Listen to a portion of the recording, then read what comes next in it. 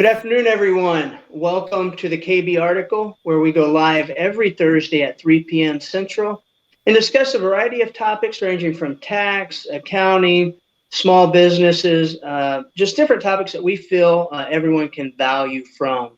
My name is Chad Brown, president of Kinstler Brown Companies. Kinstler Brown Companies works with small businesses and individuals in the area of taxation, accounting, and bookkeeping. And today I'm joined by Jordan Kinstler of Kinstler Brown and our special guests, Jitsi and Pia with Inspired Results Consulting. Not accounting, consulting. No, not accounting. Not accounting. Today we're going to be discussing the topic of conflict resolution in the office. But before we dig into the weeds on that, Jitsi and Pia, could you just introduce yourself? Tell us a little bit about you, your business, and what you guys are all about. Thank you. Yes. Well, I'm Pia and I'm Jitsi, and we truly appreciate this opportunity to share on this topic. But, for the past 5 years, almost 5 years, next year will be fifth year, Jitsi and I have been working as leadership and mindset coaches. And we have, really grown in a way that has allowed us to work with corporations, whether it's Fortune 500 companies, local companies. We are located in Omaha. And virtually, that's the big benefit of all of this, is being able to just have these kind of conversations to help people think differently.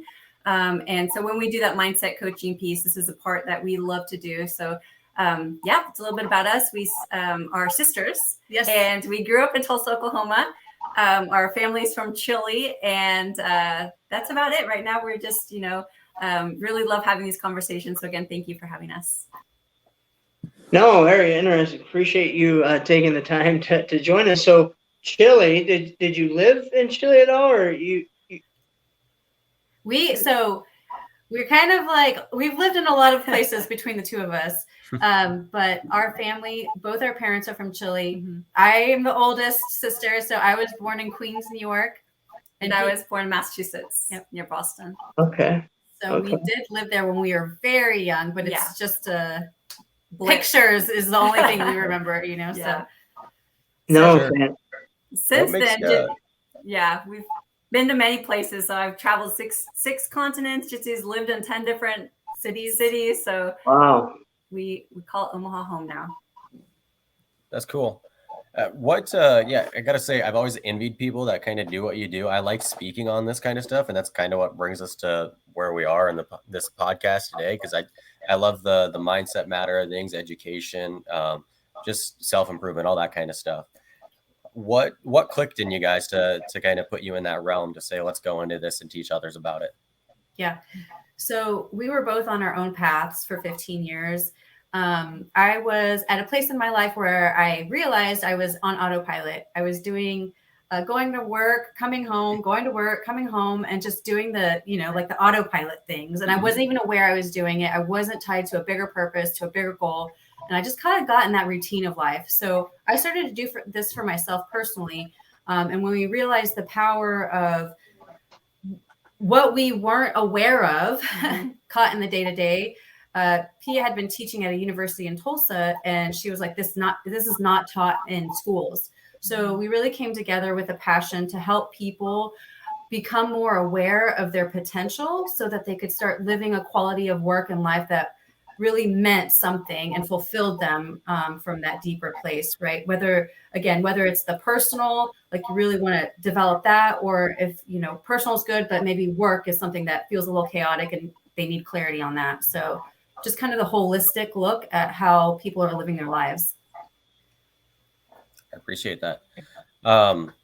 I guess what gives you the insight to all of it? Are you always studying, educating yourselves, or was it your past that kind of allows you to speak on this?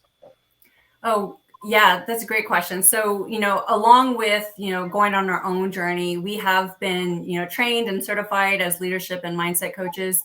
And in that realm, we've invested in several different mentors. And so from that experience, that gave us sort of that foundation of framework, and then, working with different companies and seeing the needs of what's going on within the organization. and really getting that one-on-one training and coaching with other employees. And so now, after years of experience of having our own personal clients and working with corporations, and with all of the different certifications and trainings we've had, just blending it together, and really that's what's allowed us to tap into what is the need of this specific person or this specific team.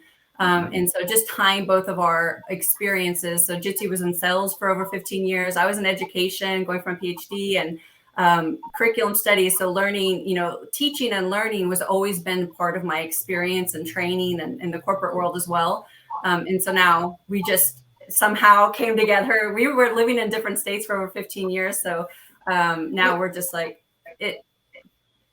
it all works. Yeah. Yeah. We did have to do our own work to Yeah. get out of our own way from all the habits that we created over time. And so we've done that work. And then with the experience and with the trainings and all the education that we do train ourselves more than we coach, because we have to be as sharp to really serve our clients at that level. So yes, great question. Thank you. Yeah, got to fill your cup to pour it out, right? Right. Yes. Exactly. Hey, on the, we have conflict resolution, right? It sounds like you guys have diverse experience both before you started coaching in the industry, but a lot of times we tie conflict resolution to business, right? But everything's interrelated, right? Mm-hmm. Your personal lives, your everything. How is that addressed when you are working with teams within an office?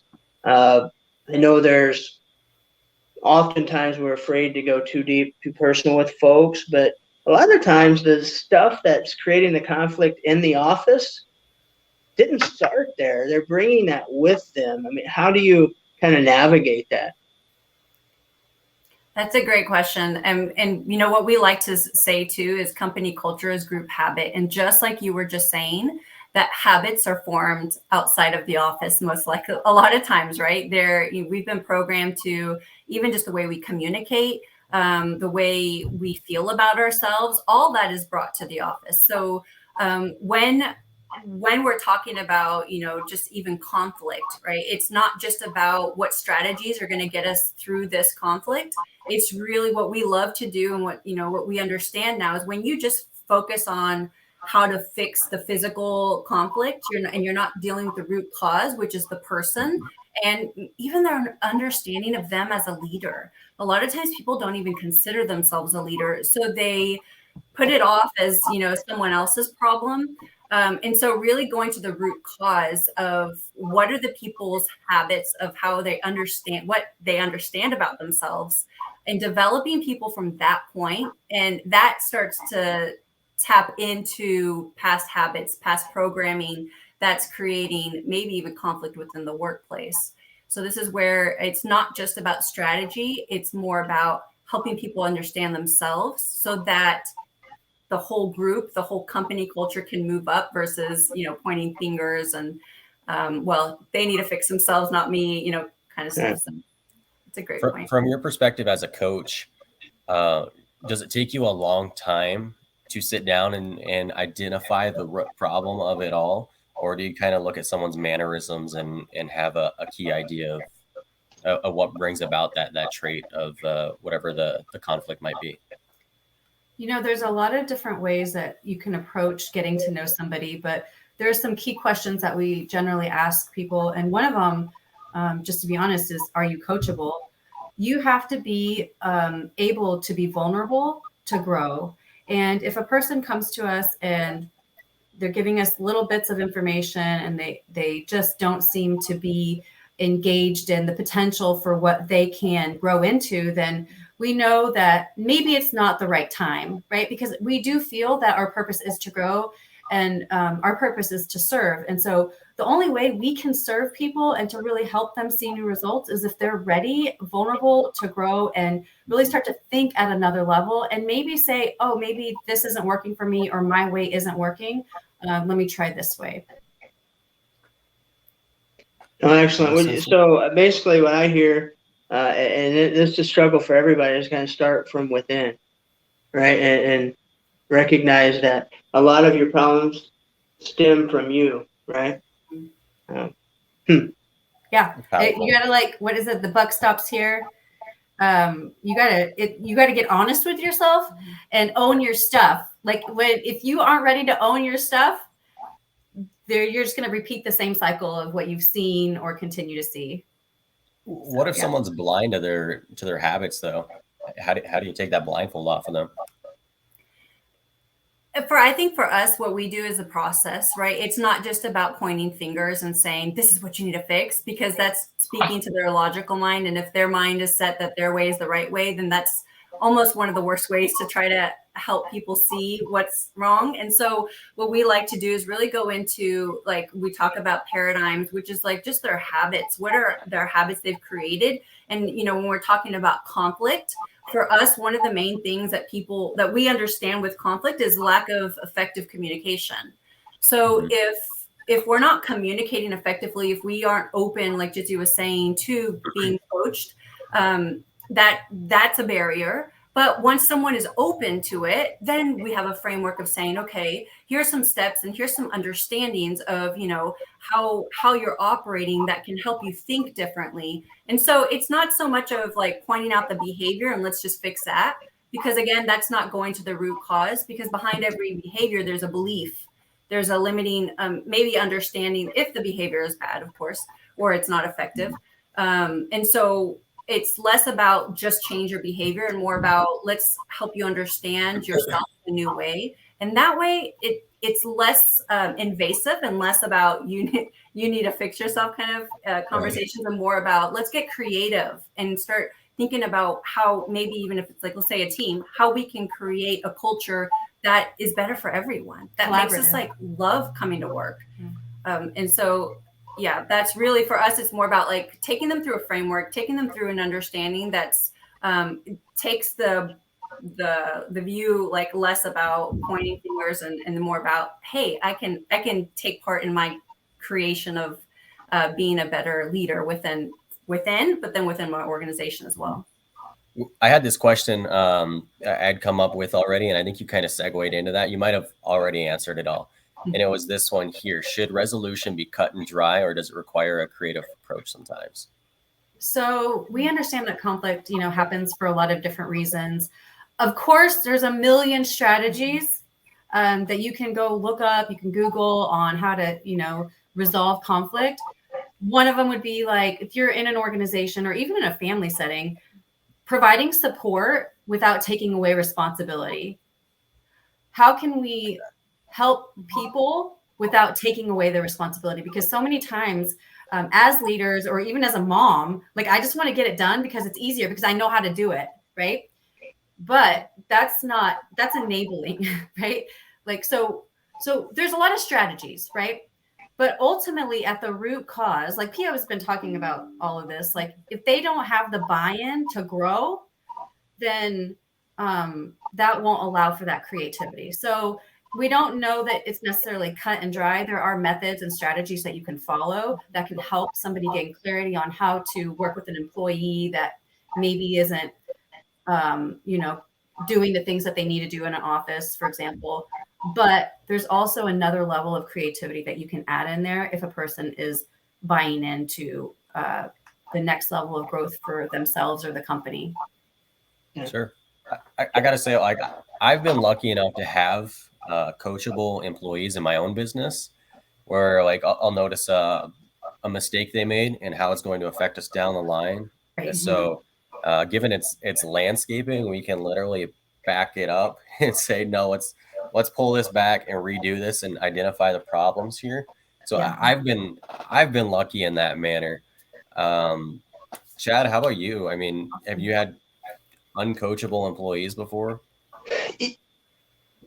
Yeah, I have. That's just what was kind of going through my mind. And I don't know if it was the uncoachable employees or my process of coaching, right? So sometimes the mindset of the leader or the boss or the person in charge, supervisor, is more direct. It's nothing personal with anybody, but coming across certain ways can almost be portrayed as personal attacks. So that closes people up. Have you noticed, so I've tried to get better at that on my own, but You often hear that employees are softer now. I don't know if you've heard that in your workings with other businesses where accountability or holding people to account or expectations are pretty high. Sometimes folks aren't open to that. Have you found that to be the case? Generally, who reaches out to us and who wants to work with us is ready for a change, is ready for another level. So when we go into organizations and there is buy-in from the leadership, and then we're working with individual contributors or just employees that don't have a title per se, as long as that leader has already bought in and we've sat down with the orientation and we've come together. See, when we go in, we make sure that first, of course, that we're lined up with the company goal or the team goal, but then we also give everybody the opportunity. We sit down with each person that's going to be involved with coaching and say, what do you feel needs to be the goal? We let them express it, let them be heard, but then also kind of come in and say, this is ultimately what the team goal is. But when we work with people, we're working with people on two levels. It doesn't matter, if it's when we go into an organization, we're helping people develop their personal skills and then also the team and work on their team goals. So we can't just go in and say team goal because they're not shifting who they are as a person, right? So if we say effective communication, that can be something for the team goal, but we also have to be able to help people become effective communicators individually, right? So it's about each person individually, and then collectively what happens, even though we have the personal goal and the team goal, they're all rising up at the same time, right? If we just go in and work with let's say one supervisor, and he has a team around him, and he goes in and does, training and coaching and tries to be better, but these people already have an idea of who that person is and haven't done any raising of their awareness at the same time, right, it's going to be like hitting a brick wall, right? So it's great for a person to go in and grow themselves personally and raise their awareness. But when you're working with a team, if you go into your family and you do all the work and the family isn't raising at the same time, also you're going to hit that brick wall because it's going to feel hard because they're still thinking at the level that you were thinking before. Mm-hmm. So, and I think Chad, to your point too about maybe of sort of what you were saying and how you might see personalities and behaviors vary based off of employees. So what you said about like softer employees or I think for that piece, a lot of times what we go into is what is that person's desire? What are they connected to in their purpose, even within the organization? Sometimes when we help them redefine that purpose, it helps reignite their vision for why they're even there. And sometimes just connecting that purpose for that individual and like, what does coming to work do for you? What does it allow you to do, outside of work? What is that income providing that you wouldn't have had before? So that when we get people who are maybe just not, it's not that the potential is not there because we totally believe it's there. It's connecting, we would say, connecting them to a desire or a purpose that sort of like ignites something within them. And that sometimes can just be a pivot within their like perspective of their thinking. Sure. Just changing the meaning of it, right? How to perceive certain things from your supervisor, let it change the meaning of that focused over here. Okay, this is why they're doing that. This is why they're saying that. It's not an attack on me. And then that makes sense. Yeah. And even just clarity, I would say sometimes a confused mind says no. So if the employee is not clear on why their boss is telling them to do this, so their purpose isn't clear for them, or it doesn't bring any like, real emotion for them of like how it's going to benefit them. Unfortunately, that's sometimes what it goes to. It's just about being clear on that reason why they're doing what they're doing. And if you can sometimes, we talk sometimes about gamification, if you can build something up within them that helps them, build that desire, that's always a great thing too. I spent probably 5 years of my life, probably later high school and early college, working in different retail places. And for what I see and what motivates me a lot of the time are numbers. Like I like to see those numbers grow because I understand that numbers often reflect, I guess, success in a business manner. Not necessarily personal success, but I would always be working for these companies and saying, okay, what's the goal? What's this? What's that? And sometimes they wouldn't disclose them. They say, no, management has their own goals, or corporate has these goals they want to hit, but they're not going to disclose it to you. And that would frustrate me so much, because at the end of the day, I feel like, sure, it's a customer service industry, but I want to see what it takes to advance the whole franchise or the corporation in the next level. So I think, just from my perspective, not sharing or disclosing the corporation's goals is it's not good.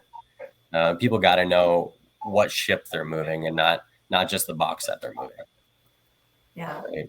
It's huge. Transparency is one of the biggest things that we see people want more of in an organization. They want more transparency, but the communication again isn't there.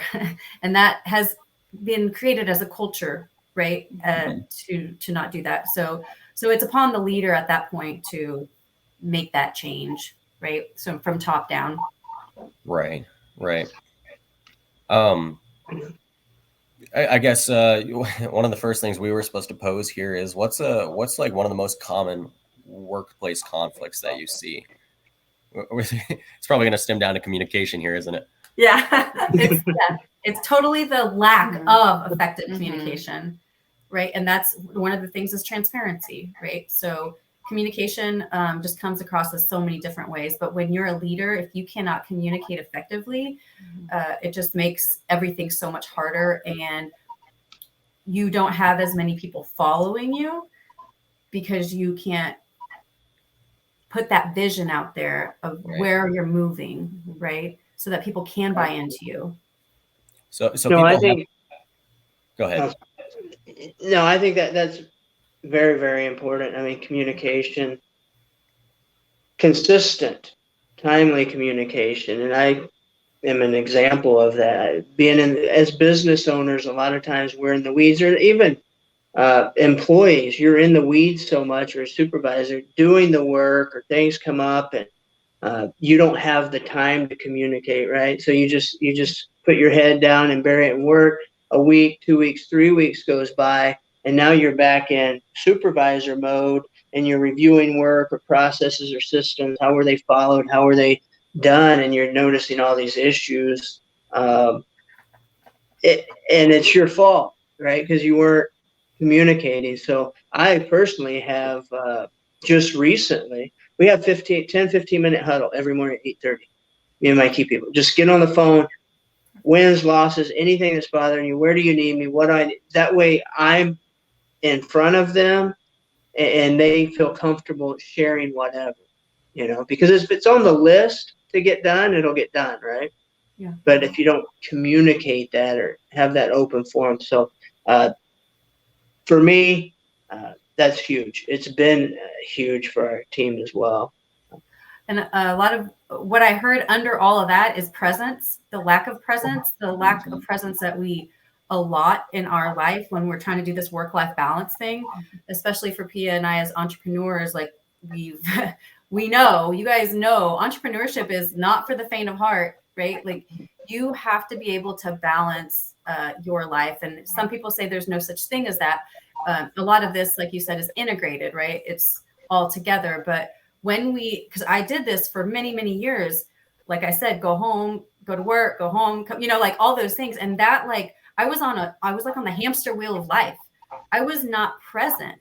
Right. And so that's a big piece that happens too, when we're not, there's so many things that come out of the lack of effective communication. Your productivity goes down. You aren't present. You're just trying to put out fires, a lot of other things. So it's the root of a lot of things. And Chad, I want to say what you said about just having that 15 minutes allotted time.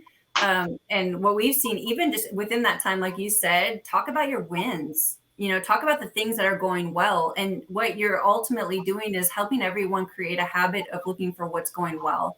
And if people are communicating that, even if it's in a daily meeting for a few minutes, you're almost helping them reprogram their mind. So when they're, at home or they're on their way to work, they're thinking about, oh, I need to say something good, right? And so those little pivots and those little tweaks, you are helping other people see, how can they be more effective as well.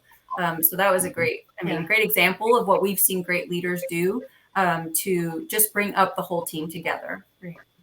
I wanted to touch on that there where you said, talking about entrepreneurship.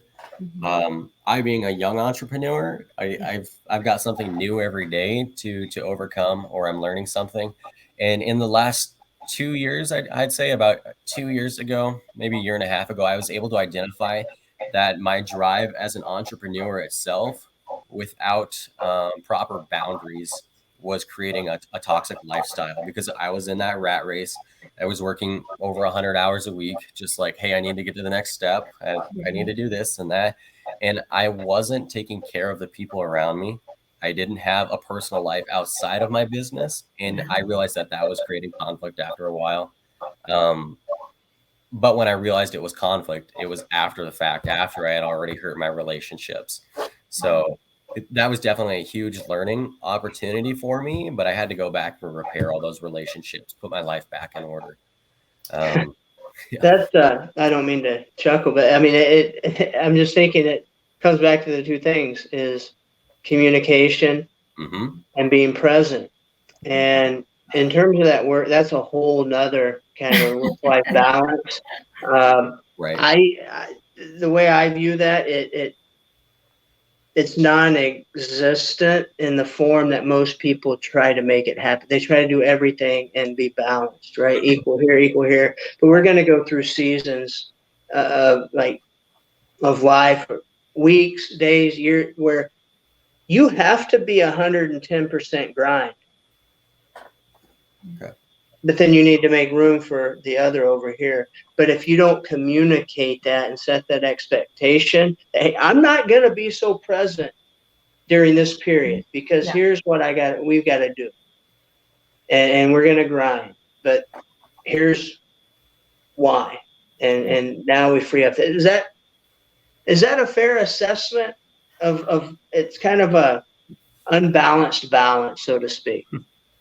But so many people get caught up trying to be balanced in everything at the same time, almost like multitasking, and nothing's productive. It causes a little anxiety internally. Yeah. If you focused, we completely agree, Chad. It's, and what we've noticed for ourselves too, it's easy for us to get into that mode, but we've discovered what helps us sort of center back, to become present. And for us, it's, whether it's we're traveling or we're just, doing our separate things. I love to play volleyball. So we have to create that of yes, we need to focus here. It's the doing, but then also balancing that sort of what we, talk about. It's like there's different kinds of energy behind. You can keep doing. And if you're stuck in that, you're going to burn yourself out, right? So that hustle mode is just, it's too much, right? And then so if you're not balancing it with your connection to yourself, right? Intuitively listening to how you're moving through your day and how you're even speaking to others, right? If we're in this pissed off mode because we're only focused on the grind, then what is it all worth? Yeah. So definitely balancing that piece of it is important. Okay. And recognizing when you're getting to that point. Exactly. Yes. And then making the investment. There's no straight line in nature. So when we think, and a rocket fails its way to the moon. So we're going, thrown off. But we got to get back on track. We're going, and we get back on. There's always pivots. You're going to always pivot. There is no there, right? If you feel like you have some there that you're getting to, there's no there. You're just in a constant state of pivoting. And when you get that to be one of your core modes of operation, you don't get stuck in the lows as long, right? And to Jordan's point, we've had a lot of things happen in our life that didn't feel good, where, relationships didn't go as we thought. So when we're talking about change and we're talking about conflict, those are really opportunities for us to grow and to learn, right? Not maybe it can be seen as a mistake, but ultimately what we have to understand is that if we didn't experience those things, we wouldn't be able to correct our behavior or correct the way that we're moving forward, right? So those things happened, and maybe they felt hard at the time, but if you wouldn't have gone through that, you would have been able to get to the next level, right? And so we, at our hardest times, even now, we know something good, equal, and opposite is on the other side of it. So know that conflict is not necessarily a negative or a bad thing. It's really an opportunity for us to learn. It can be learning about our coworkers, learning about ourselves, learning about what area of us is still being triggered. Like, how do we communicate more effectively in the conflict, right? That's us. Like, that's our ability to grow in that. Yeah. That's good stuff. Yeah. We could talk all day. I know. Probably good. Yeah, I mean, I feel like it's feeding my soul too, just hearing this, and it provides a certain energy, you know? Yeah. I like the drive in the conversation that's here.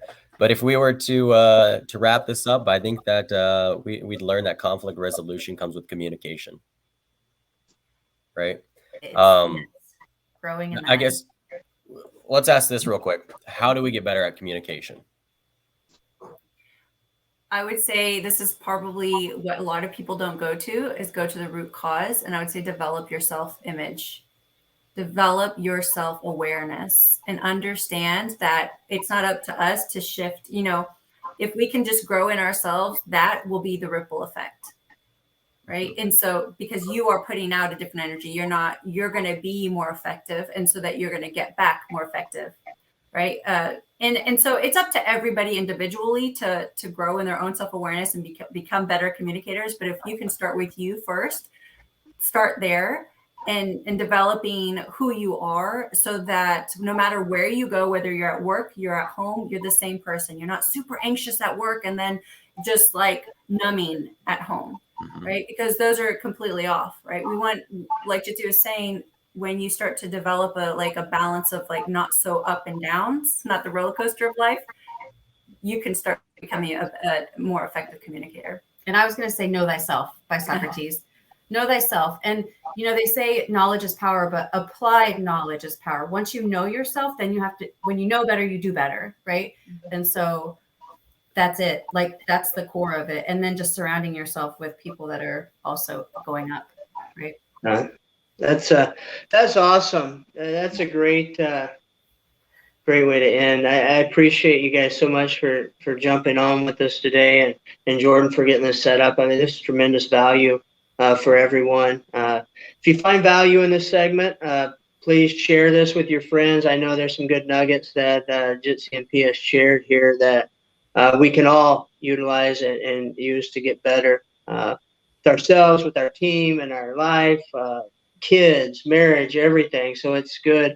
Where, if someone were looking for you guys, where would they find you, on social or? Yeah, we have our websites are Inspired Results Consulting, and LinkedIn we're Inspired Results Consulting, and then on social we went to our first names. So just Pia and Jitsi is our Instagram, and Pia and Jitsi on our Facebook business page. So that is, and our email is hello@Inspired Results Consulting if you have any questions. And thank you so much. We're so grateful for you guys and just providing this opportunity to share value with, because it's, yes, you're accounting, but we're also humans, right? They can come to you for the accounting, but you providing these nuggets of value can really help kind of do this symbiotic relationship where it's, we know you're more than just a client, right? We want to give you value too, right? So grateful for you and providing this opportunity. Thank you. Yeah, thank you both so much. Thank you very much. All right, this was the KB article. Our first guest ever here, Gia and Pitsy. I am so sorry. Jitsi and Pia as our first guest here on the KB article. You guys have a great day now. Thank you. Thanks. Bye. Take care all. Bye-bye. Bye.